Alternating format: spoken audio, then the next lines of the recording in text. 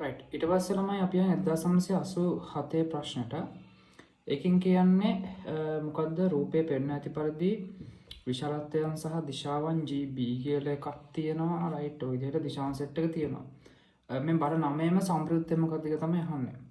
හරි. ඉතින් මෙහෙමයි. මෙතනත් අර විදිහට බහුවස්ත්‍රය සහ දෛශික බහුවස්ත්‍රය සහ දෛශික ත්‍රිකෝණය කියන පාවිච්චි කරලා සම්ප්‍රයුක්තය හෙව්වනම් හරි. රයිට්. එතකොට මෙන්න මෙතන මේ තියෙන හරිද මෙන්න මේ කෑල්ල මෙන්න මේ G සිට F දක්වා තියෙන කොටසේ අපිට සම්ප්‍රයුක්තය හම්බ වෙනවා දෛශික බහුවස්ත්‍රය පාවිච්චි කරලා ගන්න පුළුවන් තනි එකක් GF කියලා. එතකොට මේ දෙක මේ තුනම කැන්සල් වෙලා යනවා.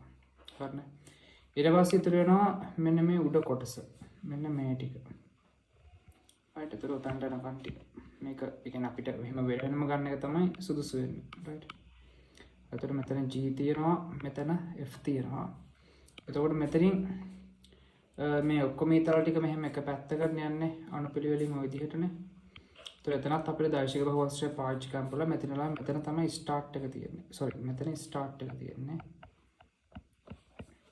මෙතන තමයි එන්ඩ් එක තියෙන්නේ. right. එතකොට සම්ප්‍රයුක්තය ක්‍රියාත්මක වෙන ළමයි මේ පැත්තට.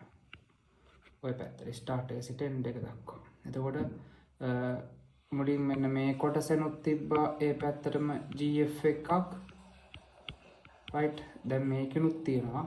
ඒ කියන්නේ මෙතන සමස්තය විදිහට GF ලා දෙන්නෙක් ඉන්නවා. දෙකයි GF. right. ඒ කියන්නේ කොටු කෑල්ලෙනුයි ත්‍රිකෝණ කෑල්ලෙනුයි ඔක්කොම දෙකයි GF තියෙනවා මෙතන.